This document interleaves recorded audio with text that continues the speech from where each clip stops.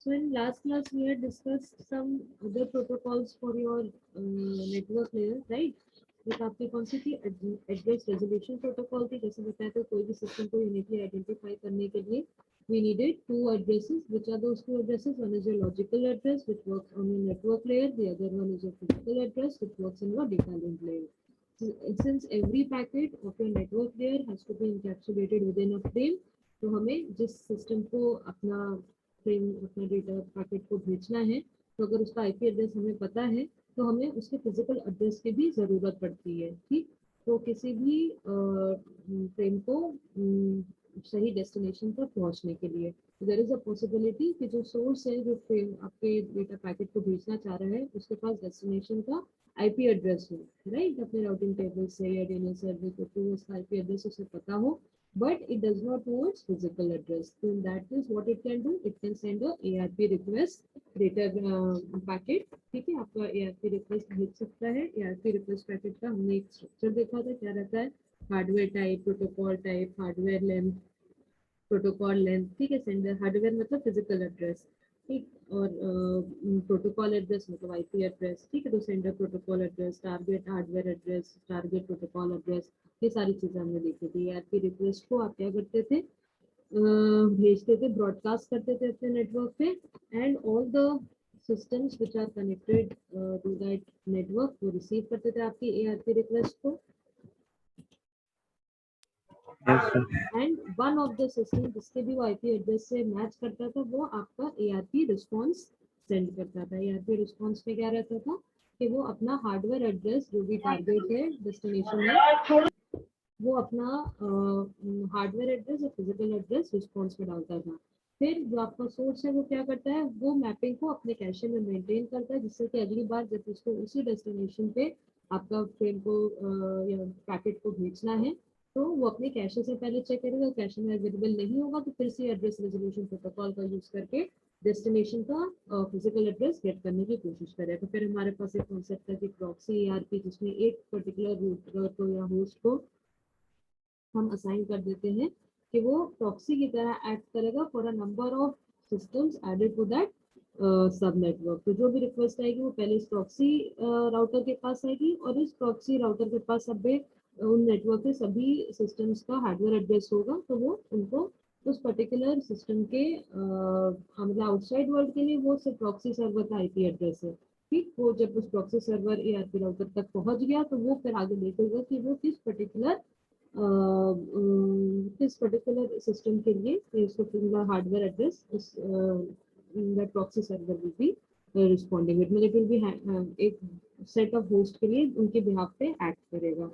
ठीक, then we had seen the concept of your RARP. कभी कभी हमारे पास कैसे नीड आती है कि आपका अगर कोई सिस्टम है जिसको अपना फिजिकल एड्रेस पता है लेकिन लॉजिकल एड्रेस नहीं पता। ऐसा कब हो सकता है कि कोई नया सिस्टम बूट हुआ हो, ठीक, या फिर कोई ऑर्गेनाइजेशन के पास एक पूल ऑफ आईपी एड्रेसेस है जिसमें से वो कुछ आईपी एड्रेसेस हर एक होस्ट को असाइन करता है, ठीक, और वापस उनको ऑन डिमांड देता है फॉर अ सर्टेन लीज।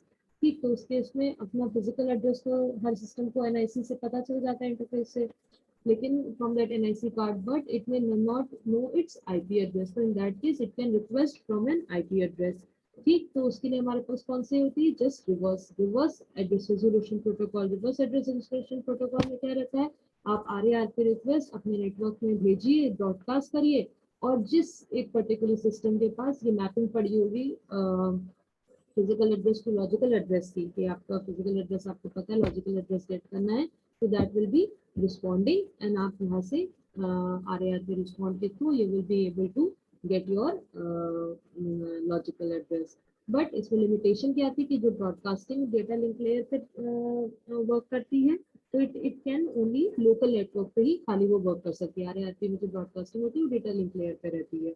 तो मान लीजिए अगर जो सिस्टम जहाँ पे आप पे ये मैपिंग पड़ी है वो दूसरे नेटवर्क पे लाई करता है, then in that case RARP will not work. तो उसके लिए हमें क्या करना पड़ता है, उसके एक एक्सटेंशन आते हैं हमारे पास, बूटपी और डीएचसीपी प्रोटोकॉल थी।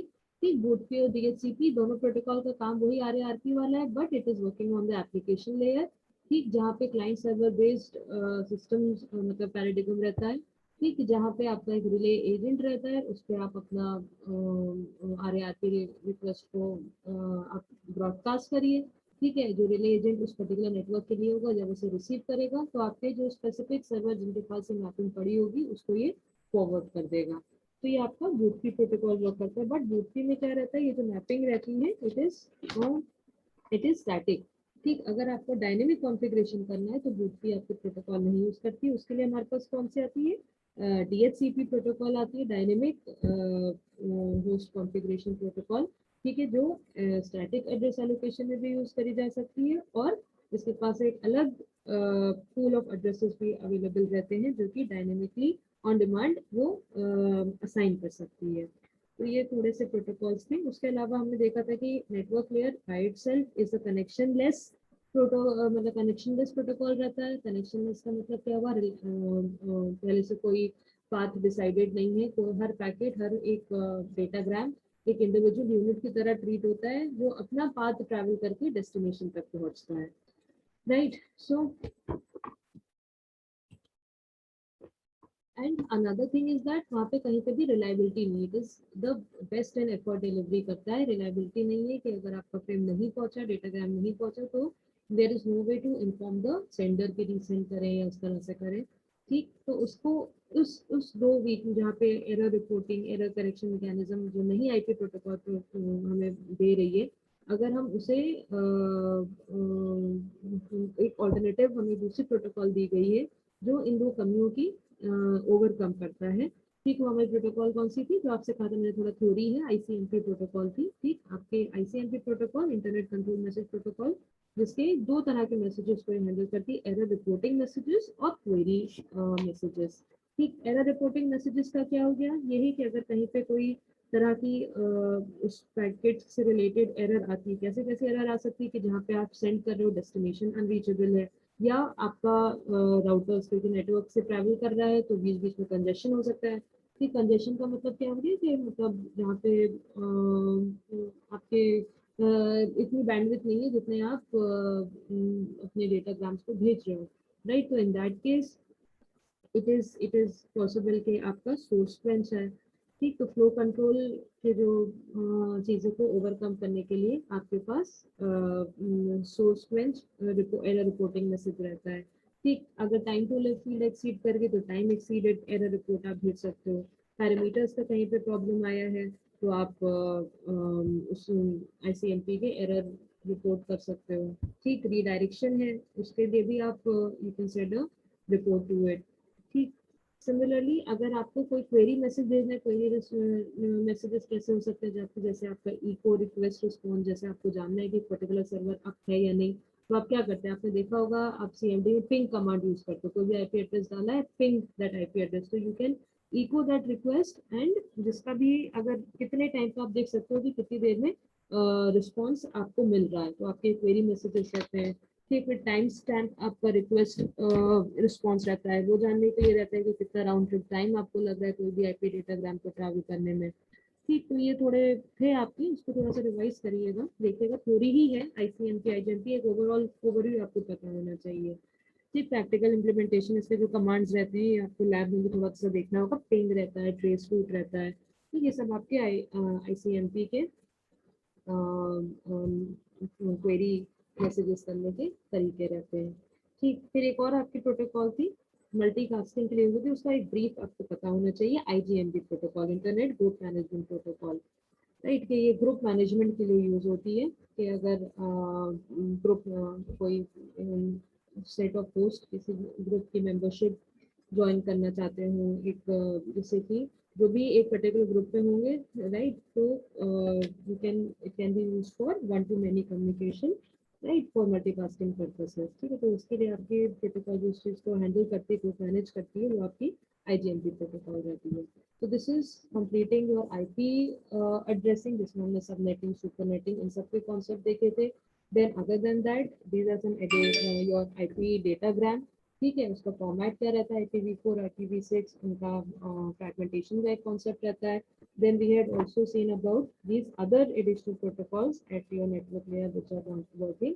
ठीक है, जिनका लॉजिकल फिजिकल एड्रेस मैपिंग के लिए जो आपकी यूज होती है। ठीक, फिर अब जो लास्ट पार्ट आपका आता है फॉर जो हमने इतनी सारी चीजें पढ़ी, आईपी एड्रेसिंग, लॉजिकल एड्रेसिंग, इसका क्या यूज है, कैसा है वो। अब हम नेटवर्क लेयर की जो मेन फंक्शनलिटी होती है वो क्या होती है आपकी, कैसे वो होस्ट टू होस्ट डिलीवर करता है। ठीक, उसमें आपके तीन टर्म्स आते हैं। कौन से तीन तीन टर्म्स आते हैं? One is your delivery, the other is your forwarding, the other third one is your routing. ठीक, डिलीवरी का मतलब क्या हो गया कि आपके डेटा पैकेट को किस तरह से नेटवर्क लेयर हैंडल कर रहा है। ठीक है, आपका जो भी अंडरलाइंग नेटवर्क है जैसा भी हो उससे मतलब नहीं है, आपका network layer how it is going to deliver the packet to your destination. ठीक है, इसको हम डिलीवरी कहते हैं। Right, then next is your forwarding. Forwarding का मतलब क्या हो गया कि एक डेटा पैकेट को नेक्स्ट स्टेशन पे, क्योंकि मैंने बताया दो कॉन्सेप्ट होते हैं। ठीक है, एक आपके पास ऑप्शन क्या है, कोई भी राउटर है जो कई नेटवर्क से कनेक्टेड है, तो जब कोई डेटाग्राम को रिसीव करता है वो फ्लडिंग कर दे। फ्लडिंग का मतलब क्या हो गया, जितने भी राउटर्स क्या होते हैं, कई सारे नेटवर्क्स को कनेक्ट करने के लिए रहते हैं। ठीक, जैसे ये राउटर है, this is connecting this network, this is connecting this network. ठीक, वो कई सारे नेटवर्क्स को कनेक्ट करते हैं। तो अगर इसके पास कोई डेटाग्राम आता है, मान ली सोर्स से यहाँ पे इस राउटर के पास कोई पैकेट आता है, तो वो जितने भी इंटरफेसेस से कनेक्टेड है सबको फॉरवर्ड कर दे। तरीका ये है इसके पास। तो दैट विल बी फ्लडिंग। तो उससे क्या होगा, जबरदस्ती नेटवर्क ट्रैफिक आपका बहुत बढ़ जाएगा। दूसरा तरीका हमारे पास क्या होता है, जो आपका नेटवर्क लेयर यूज करता है, जिसकी वजह से हम ये लॉजिकल एड्रेसिंग, आईपी एड्रेसिंग पढ़ लेते हैं, मास्किंग पढ़ लेते हैं, क्लासलेस एड्रेसिंग पढ़ रहे थे। वो क्या होता है, फॉरवर्डिंग। फॉरवर्डिंग करने में कैसे आपका राउटर का क्या रोल रहता है। ठीक, और ये फॉरवर्डिंग कैसे कर पाता है, with the help of routing tables. ये राउटिंग टेबल्स को राउटर्स को मेंटेन करना पड़ता है, जिसमें ये इन्फॉर्मेशन रखते हैं कि कौन से नेटवर्क से ये कनेक्टेड है, और कोई भी वो डेटाग्राम अगर रिसीव करेंगे तो उस पर्टिकुलर नेटवर्क तक कैसे भेजेंगे। ठीक, तो ये एक जो थर्ड आपका टर्म राउटिंग है, वो यही इन्हीं राउटिंग टेबल्स को जो मेंटेन हमें करना रहता है। ठीक है, उसको हम क्या बोलते हैं, उसको राउटिंग कहते हैं। तो इन टेबल्स को मेंटेन करने के लिए हमारे पास कुछ राउटिंग प्रोटोकॉल्स होती हैं, जिनको हम थोड़ा सा उसमें डिस्कस करेंगे। ठीक, तो वन वे टू डिलीवरी और डेटा पैकेट कैसे हो सकता है, अगर मान लिए आपका होस्ट और सेंडर और जो डेस्टिनेशन है, they are both the host are on the same network. ठीक, तो यहाँ पे वो क्या करेगा, डायरेक्ट डिलीवरी कर देगा। ठीक, या अगर इस होस्ट को इस राउटर तक भेजना है, तो यहाँ पे क्या होगा, इस होस्ट को डायरेक्टली ये यहाँ पे डिलीवर कर देगा। ठीक, दूसरा हमारे पास कौन सी रहती है, इनडायरेक्ट डिलीवरी रहती है। इनडायरेक्ट डिलीवरी का क्या मतलब हुआ, this host and destination are on different networks. In that case, हमें क्या करना पड़ेगा, via this router we have to forward the packet. So it is indirect addressing, right? Then next term what you were talking about your forwarding. Forwarding का मतलब क्या हो गया कि आपका data packet source to destination पहुंचने के लिए कौन सा कौन सा रूट लेता है, कौन से पाथ के थ्रू जाता है। ठीक है, उसको हम क्या बोलते हैं, फॉरवर्डिंग बोलते हैं, कि कैसे हमें डेस्टिनेशन तक अपने डेटा पैकेट को भेजना है। ठीक, तो जो रूट लेगा उसको हम we call it the route taken by it to reach the destination, it's called forwarding. ठीक, फॉरवर्डिंग करने के आपके कौन से तरीके रहते हैं, एक आपका नेक्स्ट हॉप मेथड रहता है और एक आपका राउट मेथड रहता है। नेक्स्ट हॉप मेथड का मतलब क्या हो गया कि सिर्फ हमें ये ध्यान देना है कि नेक्स्ट हॉप पे हमें कैसे फॉरवर्ड करना है। मान लीजिए हमारा एक होस्ट ए है, एक होस्ट बी है। होस्ट ए को होस्ट बी तक अगर कोई डेटा पैकेट को भेजना है, right, so in in in your next hop technique, forward करने के लिए क्या करेगा, फॉरवर्ड ही तो करेगा from one host to the other.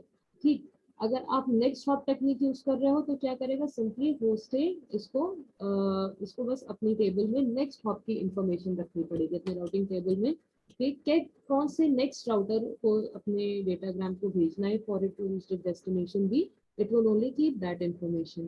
ठीक, तो दूसरी आपकी राउटिंग टेबल में राउट मेथड बेस्ड टेक्निक रहती है फॉरवर्डिंग की, उसमें क्या होता है, कंप्लीट पाथ इंफॉर्मेशन रखता है कोई भी डेस्टिनेशन तक पहुंचने के लिए। जैसे यहाँ पे इट इज नोइंग कि पहले ये R1 पे जाएगा, फिर R2 पे जाएगा, फिर R2 से होस्ट बी पे जाएगा। तो राउटिंग टेबल आपकी जो होस्ट ए की है, एक तरीका उसके पास क्या है कि कंप्लीट पाथ को रखे टू रीच द डेस्टिनेशन, और दूसरा क्या है कि सिंपली नेक्स्ट हॉप को देखें। नेक्स्ट हॉप यानी R1, नेक्स्ट हॉप सबसे क्लोजेस्ट इस नेटवर्क के R1 के है, तो यहाँ पे भेजेगा। अब R1 डिसाइड करेगा कि ये आगे से R1 के होस्टिंग टेबल में क्या होगा कि अगर होस्ट बी तक पहुंचना है तो it has to take the next hop to R2।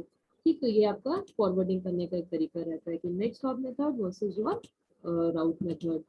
फिर एक और हमारे पास रहता है कि वी कैन, अगर आपको सोर्स और डेस्टिनेशन अलग अलग नेटवर्क पे हैं तो एक तरीका आपके पास क्या है, हर एक इंडिविजुअल सिस्टम्स की नेक्स्ट हॉप की इंफॉर्मेशन आप रखिए। ठीक, तो आपका क्या होगा, वो होस्ट स्पेसिफिक मेथड रहेगा। यहाँ पे मान लिया अगर सोर्स एस है, उसको नेटवर्क टू के किसी पर्टिकुलर होस्ट को अगर आपका डेटाग्राम भेजना है तो वो क्या करेगा, हर एक होस्ट के कॉरिस्पॉन्डिंग एक इंफॉर्मेशन रखेगा। ठीक है, तो यहाँ पे नंबर ऑफ एंट्रीज हमारी क्या हो जाएंगी, ज्यादा बढ़ जाएंगी कि होस्ट ए तक अगर जाना है तो नेक्स्ट हॉप कौन सा है, R1, ठीक, बी तक भी जाने का R1, सी तक, जबकि all of them are lying in the same network which is N2। ठीक, तो ये हमारा होस्ट स्पेसिफिक मेथड है। दूसरा क्या तरीका होता है हमारे पास, network specific method. Network specific method में क्या रहता है कि सिर्फ आप डेस्टिनेशन का नेटवर्क एड्रेस आपको पता हो, किस नेटवर्क को बिलोंग करता है, बस वो आप अपने टेबल में, राउटिंग टेबल में इंफॉर्मेशन रखोगे। And once it reaches your N2 network, तो एक बार लोकल नेटवर्क तक पहुंच गया तो आपके हार्डवेयर एड्रेस या फिजिकल एड्रेस के through it can be forwarded to the specific system. ठीक, तो यहाँ पे हमारे नंबर ऑफ एंट्रीज कम हो जाएंगी अगर हम नेटवर्क स्पेसिफिक मेथड यूज करें। और ये भी हमारे पास बेटर है कि instead of keeping the complete path to reach the destination, ठीक है, हम क्या करें, सिर्फ नेक्स्ट हॉप की इंफॉर्मेशन अपनी राउटिंग टेबल में रखें। राउटिंग टेबल क्या है, ये राउटिंग टेबल्स मेंटेन होती हैं देखने के लिए कि आपको डेस्टिनेशन तक कैसे अपने पैकेट को फॉरवर्ड करना है। These routing tables are maintain by the network. ठीक, दो तरीके हमारे पास रहते हैं, स्टैटिक राउटिंग रहता है और डायनेमिक राउटिंग रहता है। स्टैटिक में क्या रहता है, ये आपका एक कोई पर्टिकुलर जो राउटिंग, मतलब स्टैटिक राउटिंग टेबल्स होती हैं और आपकी डायनेमिक राउटिंग टेबल्स रहती हैं। स्टैटिक राउटिंग टेबल में आपका एक कोई एडमिनिस्ट्रेटर होगा, नेटवर्क एडमिनिस्ट्रेटर, जो कि ये इंफॉर्मेशन को मैन्युअली अपडेट करेगा, जो कि बहुत ही आपका हेक्टिक तरीका है, ऐसे पॉसिबल नहीं क्योंकि नेटवर्क की टोपोलॉजीज हमारी चेंज होती रहती हैं। दूसरा हमारे पास डायनेमिक राउटिंग टेबल रहती है, जो कि जो नेटवर्क है वो खुद ही पीरियोडिकली जब भी अपडेट हो रहा है, कहीं पे भी नेटवर्क चेंजेस हो रहे हैं, तो it is able to maintain the tables by itself. ठीक है, तो डायनेमिक राउटिंग टेबल्स मेंटेन करने के लिए, पीरियोडिक अपडेशन के लिए हमारे पास कुछ प्रोटोकॉल्स हैं जिनको हम में इसमें चैप्टर में देखेंगे। This is your 22 chapter of tourism. ठीक है, then we will see and एक क्वेश्चन, एक फॉरवर्डिंग का प्रोसेस देखते हैं थोड़ा। ठीक है, forwarding when we were discussing your logical addressing, right, then was saying कि अगर आपको कोई भी डेटा पैकेट आता है, राइट, तो उसमें आपका क्या रहता है, आपके पास डेस्टिनेशन का आईपी एड्रेस रहता है। ठीक, you have your destination IP address, right, and this destination IP address you have to match with your routing table. ये क्या है, हमारी हर एक राउटर के पास, हर एक होस्ट के पास एक राउटिंग टेबल होती है। ठीक, तो जब भी वो डेटा पैकेट को रिसीव करता है तो it has to extract the destination address from the header IP datagram। header information हमारे पास destination का IP address हम mention करते हैं, तो वहां से ये destination IP address निकालता है। ठीक है, डेस्टिनेशन आईपी एड्रेस को फिर ये मैच कराता है अपनी राउटिंग टेबल से, क्योंकि यहाँ पे क्या करना है, उसको एक स्पेसिफिक नेटवर्क को फॉरवर्ड करना है। ऐसा नहीं कि वो सारे इंटरफेसेस जिनसे भी कनेक्टेड है सबको भेजते, नहीं, जिस पर्टिकुलर नेटवर्क के लिए आपका डेस्टिनेशन जिस नेटवर्क पे रिलाई करेगा, सिर्फ उसी को ही ये आपके डेटा को फॉरवर्ड करेगा। तो it will be consulting its routing table to check कि ये किस पर्टिकुलर नेटवर्क का एड्रेस है। ठीक, एक बार इसको नेटवर्क एड्रेस पता चल गया, then maybe it will be, अब क्योंकि ये नेटवर्क लेयर का बाद आपका डेटा पैकेट को कहाँ भेजते हैं, हम फ्रेम में प्लेस करते हैं, तो हमें क्या चाहिए रहता है, we need to find its physical address. तो it can use your address resolution protocol to find your the physical address, कि मतलब इस इंटरफेस के थ्रू नेक्स्ट हॉप हमें कहाँ पे भेजना है। ठीक, is it clear till now? Is it clear till now? Yes ma'am. ठीक है, राउटिंग Yes, ma'am. टेबल्स। ठीक, तो राउटिंग टेबल्स जब हम डिस्कस कर रहे थे, अच्छा, हमारे पास राउटिंग, एक बेसिक राउटिंग टेबल में हमारे पास क्या क्या इन्फॉर्मेशन रहती है। ठीक, बेसिक राउटिंग टेबल में हमारे पास जो पहला कॉलम रहता है मास्क रहता है, नेक्स्ट कॉलम आपका नेटवर्क एड्रेस रहता है, next is your next hop and the last one is your interface. ठीक, तो जो भी एक राउटर है वो जितने भी नेटवर्क से कनेक्टेड है, ठीक, जब हम आईपी एड्रेसिंग पढ़ लेते हैं, logical addressing, I told you this are logical addressing because these are used for मतलब इसको राउटिंग एड्रेस भी एक तरह से कह सकते हैं, क्योंकि आप with the help of your IP address देख के बता सकते हो। जब मास्किंग हम पढ़ रहे थे तो आपको बताया था कि मास्क के थ्रू आप निकाल सकते हो कि द फर्स्ट एड्रेस। ठीक, आप फर्स्ट एड्रेस अगर किसी नेटवर्क का, अगर आपको कोई भी एक आईपी एड्रेस दिया है, ठीक, वो आईपी एड्रेस किस नेटवर्क को बिलोंग करता है, आप कैसे निकालते थे? With the help of your masking. How? जब अगर आप मास्क के साथ एंडिंग परफॉर्म कर दें कोई भी आईपी एड्रेस की, तो आपको क्या मिलता था? फर्स्ट एड्रेस मिलता था। ठीक, अगर उसका मास्क का कॉम्प्लीमेंट लेकर ऑरिंग परफॉर्म कर दे तो हमें लास्ट एड्रेस नेटवर्क का मिलता था। ठीक, तो फर्स्ट एड्रेस जो रहता था, मैंने उस टाइम बताया था, वो एक आपका स्पेशल एड्रेस होता है जो कि नेटवर्क एड्रेस है, तो उस नेटवर्क को आइडेंटिफाई करने के लिए यूज होता है। तो हमारी जो राउटिंग टेबल्स रहती हैं, इसमें हमारे पास क्या क्या इन्फॉर्मेशन रहती है? मास्क रहता है, नेटवर्क एड्रेस रहता है, फिर जो भी राउटर जितने भी नेटवर्क से कनेक्टेड है उन सबका नेटवर्क एड्रेस रखेगा। उस नेटवर्क के विद इन क्या मास्क यूज हो रहा है, मास्क का मतलब क्या हो गया, उस नेटवर्क के अंदर कितने होस्ट हैं उनका, और स्लैश, और उसमें कितना नेटवर्क आईडी पार्ट है। ठीक है, ये सारी चीजें हमें मास्क से पता चलती है, तो ये भी इंफॉर्मेशन अपनी राउटिंग टेबल में रखता है। फिर ये क्या देखता है कि नेक्स्ट हॉप एड्रेस। ठीक है, नेक्स्ट उसको कौन से राउटर पे भेजना है, अगर इस नेटवर्क एड्रेस तक पहुंचाना है, क्योंकि इनडायरेक्ट आपकी डिलीवरी होती है ना। इनडायरेक्ट मतलब ऐसा नहीं है कि आपको जो उससे डेस्टिनेशन एक ही नेटवर्क पे लाई करते हो सकता है they will be travelling to different routers. तो नेक्स्ट हॉप हमें कहाँ पे भेजना है, ये इन्फॉर्मेशन रखता है। लास्ट इज द इंटरफेस, तो किस इंटरफेस के थ्रू इसे आगे भेजना है। ठीक, तो ये सारी बेसिक इन्फॉर्मेशन एक हमारी राउटिंग टेबल में यूज होती है। और यहाँ पे क्या है, विल बी, अगर हम क्लासलेस एड्रेसिंग यूज करते हैं तो फर्स्ट एड्रेस, क्योंकि क्लासलेस एड्रेसिंग में क्या है कि आपके फिक्स नहीं है कि कितने बिट्स हम नेटवर्क आईडी के लिए यूज कर रहे हैं, कितने बिट्स हम यूज कर रहे हैं होस्ट आईडी के लिए।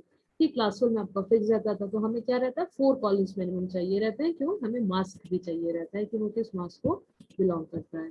ठीक, तो जैसे कि एक ये हमारे पास राउटर R1 है, ये आपके 4 नेटवर्क से कनेक्टेड है। ठीक, व्हाट आर दोस नेटवर्क्स? आपका this is one network, this is one network, this is one network and this is one network. ठीक, तो ये अपनी राउटिंग टेबल में इन चारों नेटवर्क, जितने जितने नेटवर्क से कनेक्टेड है सबकी एंट्री रखेगा। ठीक, जैसे हमारा पहला नेटवर्क कौन सा है, इट इज योर 180.70.65.192। ठीक, ये कौन से इंटरफेस से कनेक्टेड? अच्छा, यहाँ पे सारे के सारे जो नेटवर्क्स हैं इनमें कोई नेक्स्ट हॉप है नहीं, डायरेक्टली इस राउटर से कनेक्टेड है। ठीक है, तो ये इनकी राउटिंग टेबल कैसे मेंटेन करेगा? It will B keeping a column for the mask. ठीक, हर एक नेटवर्क के एसोसिएटेड उसका मास्क रहता है। जैसे पहला जो हमारा नेटवर्क में इसके राउटिंग टेबल में एंट्री है, इसका मास्क /26 है, तो it is keeping this field in your first column की। मास्क इसने रखा /26 और इसके कॉरेस्पॉन्डिंग इसका नेटवर्क एड्रेस विच इज 180.70.65.192। ठीक, इसके अलावा ये एक इस नेटवर्क से, नेटवर्क में 4 नेटवर्क से कनेक्टेड है, तो इन चारों की एंट्री रखेगा। ठीक, 26 mask, 25, 24, 22 along with the network address, और सबसे डायरेक्टली कनेक्टेड और नेक्स्ट हॉप हमारे पास है नहीं। उसके अलावा वो इंटरफेस की भी एंटर रख लेगा कि किस इंटरफेस के थ्रू ये राउटर इन एड्रेसेस से कनेक्टेड है। ठीक, इनके अलावा, अगर इनके अलावा कोई भी डेटा पैकेट आता है, राइट, अगर इन इन नेटवर्क्स जिनसे कनेक्टेड है उनके अलावा अगर कोई डेटाग्राम ये रिसीव करता है, तो क्या करेगा, सिंपली इस राउटर को फॉरवर्ड कर देगा। इस राउटर को कैसे फॉरवर्ड करेगा? Via this IP address. ठीक, इस नेटवर्क के through it is connect to this router. तो इसके माने क्या हुआ, इन चारों के अलावा किसी और नेटवर्क के लिए अगर कोई आईपी डेटाग्राम आता है, तो this will be forwarded to this router and that will be sent to the, अब इस राउटर की रिस्पॉन्सिबिलिटी है कि आगे हमें कैसे इस डेटा पैकेट को फॉरवर्ड करना है। ठीक, तो ये सब हम क्यों यूज करते हैं कि instead of flooding the network with useless, मतलब हर एक इंटरफेस के थ्रू जितने भी नेटवर्क से कनेक्टेड है सबको भेजने की जगह सिर्फ आपके जिस पर्टिकुलर नेटवर्क के लिए आईपी डेटाग्राम है, सिर्फ वहाँ पे इसको फॉरवर्ड कर देते हैं। यही आपका फॉरवर्डिंग का कॉन्सेप्ट रहता है कि राउट आपको अपना जो रूट है डेस्टिनेशन तक पहुंचने के लिए पैकेट का, ठीक, वो आपको रखना है अपनी टेबल्स में। ठीक, तो इट इज टेक्निक है आपकी पैकेट को रूट करने के लिए डेस्टिनेशन तक फॉरवर्ड करने के लिए। ठीक है, और ये सारी चीजें कैसे पॉसिबल हो पाती है? With the help of maintaining of routing tables. ठीक है, राउटिंग टेबल्स हमारे पास हर राउटर ये इंफॉर्मेशन रखता है अपने पास, इस इंफॉर्मेशन को हमें मेंटेन करना पड़ता है। ठीक, तो इन राउटिंग टेबल्स को हमें अपडेट करना पड़ता है। मान लीजिए कोई नेटवर्क डाउन हो गया, कोई नेटवर्क हट गया, तो ये टेबल्स अपडेट होती है। इनको अपडेट करने के हमारे पास दो तरीके रहते हैं, स्टैटिक और डायनेमिक। ठीक है, जिसमें से हम कुछ प्रोटोकॉल्स, राउटिंग प्रोटोकॉल्स पढ़ेंगे जो कि इन डायनेमिक टेबल्स को मेंटेन करने में यूज होती हैं। ठीक,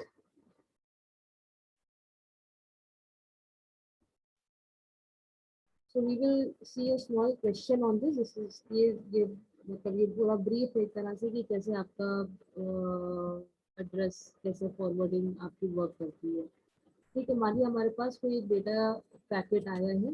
ठीक है, R1 राउटर के पास, R1 राउटर के पास कितने एंट्रीज हैं? It has got 4 entries. ठीक, मतलब 4 नेटवर्क से कनेक्टेड है, उनके अलावा कोई आता है तो वो आपके अदर राउटर को भेजा जाता है।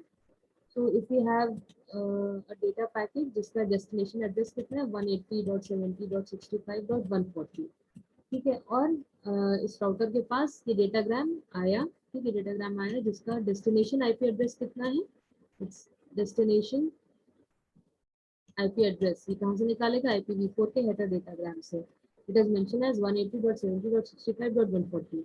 ठीक, तो अब ये राउटर कैसे डिसाइड करेगा कि हमें इस डेटाग्राम को कहाँ पे भेजना है? क्योंकि भी consulting its routing table, routing table में चेक करेगा इस आईपी डेटाग्राम के लिए कि ये किस नेटवर्क को बिलोंग करता है। उसका ये क्या तरीका करता है कि इट विल बी जो हर एक नेटवर्क के कॉरेस्पॉन्डिंग मास्क अवेलेबल है। ठीक, जो मास्क की एंट्री इसके पास पड़ी है, तो उसके साथ इसकी लॉजिकल आपकी एंडिंग परफॉर्म करेगा, बिट वाइज एंडिंग करेगा।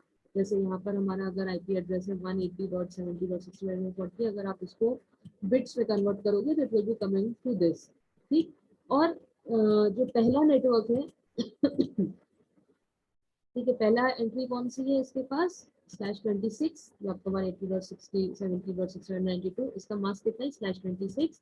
तो ये क्या करेगा? /26 का मतलब क्या हो गया? इसको बिट्स में अगर हम बाइनरी में कन्वर्ट करें तो क्या होगा? 26 बिट्स आपकी 1 होंगी और रिमेनिंग 6 बिट्स आपकी 0 रहेंगी। ठीक, तो ये क्या करेगा? इस आईपी एड्रेस की इस मास्क के साथ एंडिंग परफॉर्म करेगा। आपको पता है कि अगर मास्क के साथ आप कोई भी आईपी एड्रेस की एंडिंग करते हो तो क्या आता है? फर्स्ट एड्रेस आता है। ये फर्स्ट एड्रेस क्या होता है? नेटवर्क का एड्रेस रहता है, किसी भी होस्ट को नहीं असाइन होता है। ठीक, तो जो आप इसको जब एंडिंग करेंगे तो क्या होगा? 0 0 का 0 0 0 का, मतलब कहीं पे भी अगर 2 1 के अलावा कोई भी वैल्यू आती है तो इट गेट्स 0। अगर 2 1 है तभी आपका 1 रिजल्ट आता है। ठीक है, यहाँ पे हमारा एड्रेस एंडिंग करने के बाद क्या है? 180.70.65.128। ठीक, इस एड्रेस को क्या करेगा? मैच करेगा इसके नेटवर्क एड्रेस के साथ। इसका नेटवर्क एड्रेस क्या है? /26 मास्क के लिए 180.70.65.192। ठीक, इससे मैच नहीं करा तो व्हाट इट विल डू? इसके माने ये जो डेटाग्राम इसने रिसीव करा है it is not made for 180.7 आपके इस नेटवर्क के लिए नहीं, इसके लिए नहीं है 180.65 के लिए। ठीक, फिर क्या करेगा? नेक्स्ट एंट्री जो पड़ी होगी उससे मैचिंग करेगा। उसमें क्या करेगा कि 180.70.65.140। ठीक है, ये तो आपका डेस्टिनेशन एड्रेस है, इसको आपने बाइनरी में लिखा। नेक्स्ट एंट्री जो इसके राउटिंग टेबल में पड़ी है वो जिसके लिए मास्क कितना है? /25 है। ठीक, /25 के मतलब स्टार्टिंग की 25 बिट्स आपकी 1 होंगी, remaining your 5 and 7 bits will be zeros. ठीक, तो जब एंडिंग करने के बाद जो आईपी एड्रेस आया वो क्या आया? 180.70.65.128। ठीक, ये आईपी जो आपने एंड करके निकाला होता है वो क्या होता है? फर्स्ट एड्रेस रहता है जिसको हम क्या कहते हैं? नेटवर्क एड्रेस कहते हैं, क्योंकि ये इस राउटर के जिस पर्टिकुलर नेटवर्क एड्रेस से मैच कर रहा है 180.70.65.128 से मैच कर रहा है, तो इसके माने क्या होगा? जो इसने डेस्टिनेशन पैकेट ये जो इसने रिसीव करा है जिसपे डेस्टिनेशन आईपी एड्रेस 180.70.65.140 पड़ा है, इसके माने ये हमारे सेकेंड नेटवर्क के लिए। तो ये क्या करेगा? ये M0 इंटरफेस के थ्रू इस डेटाग्राम को आगे फॉरवर्ड कर देगा। तो ये समझ में आया? बताइए, यस मैम। बताइए ये वाला कैसे होगा? कोई अगर डेस्टिनेशन आईपी एड्रेस ये रिसीव करा है तो ये क्या करेगा? कैसे मैचिंग करेगा?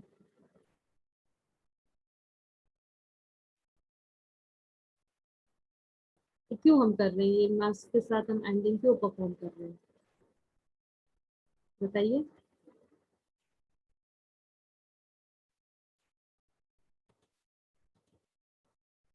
बताइए अजय।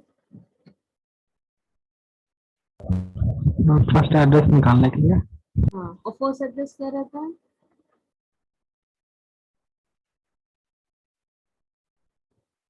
फर्स्ट एड्रेस क्या रहता है?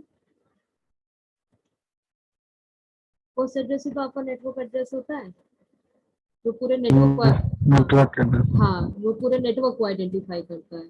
ठीक है, एक बार नेटवर्क तक आपका डेटा पैकेट पहुंच गया तो यहाँ पे लोकल नेटवर्क पे आ गया, तो यहाँ पे आप उसके हार्डवेयर एड्रेस के थ्रू स्पेसिफिक सिस्टम तक पहुंचा सकते हो। तो हमें क्या करना पड़ता है, उस नेटवर्क तक पहुंचाने के लिए we have to make use of forwarding techniques. ये फॉरवर्डिंग टेक्निक्स क्या करते हैं, राउटिंग टेबल्स को कंसल्ट करते हैं, राउटर ये राउटिंग टेबल मेंटेन करता है। ठीक, तो अब आपको कॉन्सेप्ट समझ में आया कि लॉजिकल एड्रेसिंग का क्या फायदा है, कि आपको पता चल जाता है सिलेबस के थ्रू कि वो किस नेटवर्क के लिए है। ठीक, क्योंकि आप मास्क के साथ एंडिंग परफॉर्म करते हो तो नेटवर्क एड्रेस पता चलता है। नेटवर्क एड्रेस से आप मैच कराते हो अपने टेबल के सेकंड कॉलम को।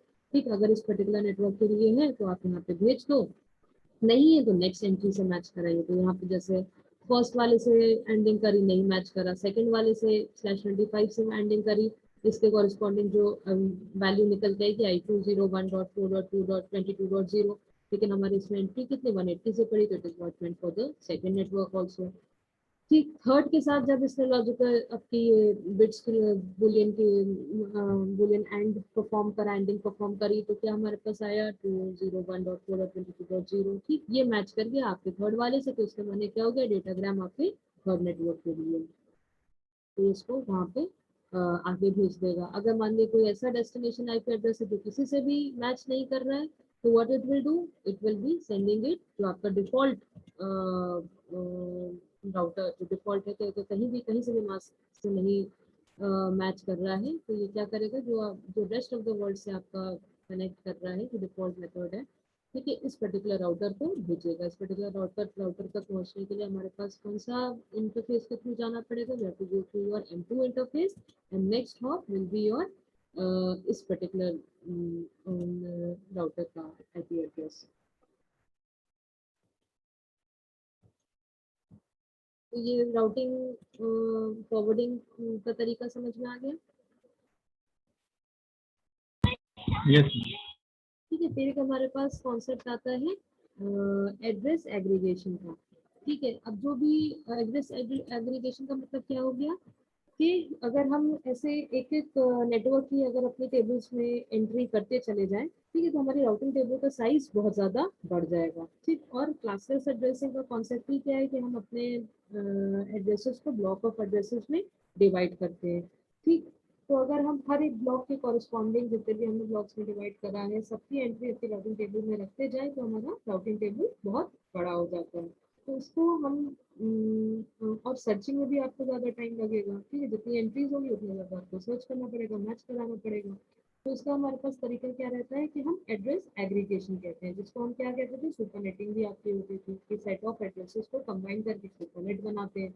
ठीक, तो मान लीजिए अगर हमारे पास एक राउटर है R1 जो कि आपके 4 ऑर्गेनाइजेशन से कनेक्टेड है, तो उसके पास इसकी राउटिंग टेबल अगर हम देखें तो इसमें कितनी हमारे पास एंट्री, जितनी भी ऑर्गेनाइजेशन है सबके कॉरेस्पॉन्डिंग इसके पास एंट्री /26/26/26 इनका नेटवर्क एड्रेस स्टोर कर रहा है, इंटरफेस इंफॉर्मेशन रख रहा है। ठीक, और जो दूसरा हमारा राउटर है R2, ये कहीं और पे हमारा प्लेस्ड है, तो ये क्या करेगा, एक इसके पास ऑप्शन क्या है, हर एक जितने भी अब ये R2 R1 से कनेक्टेड, R1 जितने से भी कनेक्टेड है, इन सारे ऑर्गेनाइजेशन की एंट्री ये अपनी टेबल में भी रखे, तो इसकी भी राउटिंग टेबल का साइज बहुत बड़ा हो जाएगा। तो इसकी जगह क्या करेगा, एड्रेस एग्रीगेशन आता है। एड्रेस एग्रीगेशन का मतलब क्या हो गया, सिर्फ एक एंट्री रखे किसके लिए, आपके नेक्स्ट राउटर के लिए। ठीक है, जो हमें अगर इसको इनमें से किसी भी ऑर्गेनाइजेशन को अगर अपना इनमें से इसके लिए कोई आईपी एड्रेस आता है, तो सिंपली ये क्या करेगा, जो इसका M0 interface which is connecting it to router R1, सिर्फ इसको भेज दे। जैसे हम वहाँ पे एक न्यूमेरिकल आप देख रहे थे कि सबनेटिंग आपकी आ रही थी कि एक ऑर्गेनाइजेशन को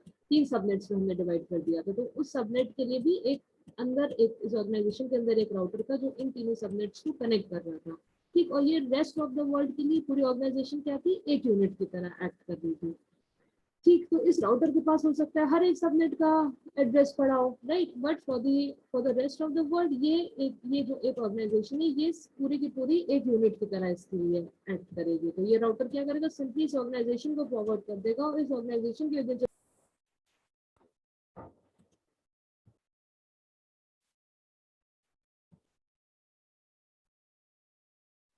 Can you all view this screen? It is not disconnected.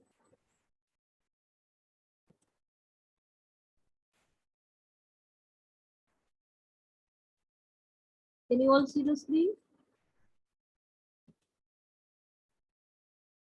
Yes ma'am. ठीक है, तो ये क्या करेगा सिर्फ, अच्छा ये इनका क्या मास्क है, /26/26/26/26 मतलब कितना हो गया 6 बिट्स। 6 बिट्स का मतलब कितना हो गया 64। ठीक है, ये 64 इंटू 4 हो जाएगा अगर टोटल एड्रेसेस निकाले जाएं इन चारों ऑर्गेनाइजेशन के। तो यहाँ पे R2 क्या करेगा, इन चारों ऑर्गेनाइजेशन के लिए एड्रेस एग्रीगेशन करेगा और एक एंट्री अपने राउटिंग टेबल में रख सकता है जिसका मास्क क्या हो जाएगा /24 हो जाएगा। क्यों, आपका 64 इंटू 4 का मतलब कितना हो गया, this is coming to 2 to the power of 8। ठीक है, तो आपका कितना आ जाएगा, ये 2 to the power of 8 का मतलब कितना हो गया, जो नेटवर्क आईडी पार्ट रहेगा उसमें कितने नंबर ऑफ बिट्स हो जाएंगी /24 हो जाएंगी। ठीक है, तो इतने नंबर ऑफ होस्ट, ये सारे के सारे इसको एक यूनिट की तरह कंसिडर करेगा। तो it can aggregate these addresses and instead of keeping an entry for each and every organisation ये सिर्फ एक एंट्री रखेगा /24 की with the network address of 140.24.7.0। ठीक, तो इनमें से अगर इन चारों ऑर्गेनाइजेशन में से किसी के लिए भी इसके पास डेटाग्राम आता है तो सिंपली ये इस मास्क से इसकी आपकी एंडिंग परफॉर्म करेगा, फर्स्ट एड्रेस निकल आएगा इस पर्टिकुलर ऑर्गेनाइजेशन का और मतलब इस पूरे ब्लॉक का। ठीक है, ऑल 4 ऑर्गेनाइजेशंस कंबाइन।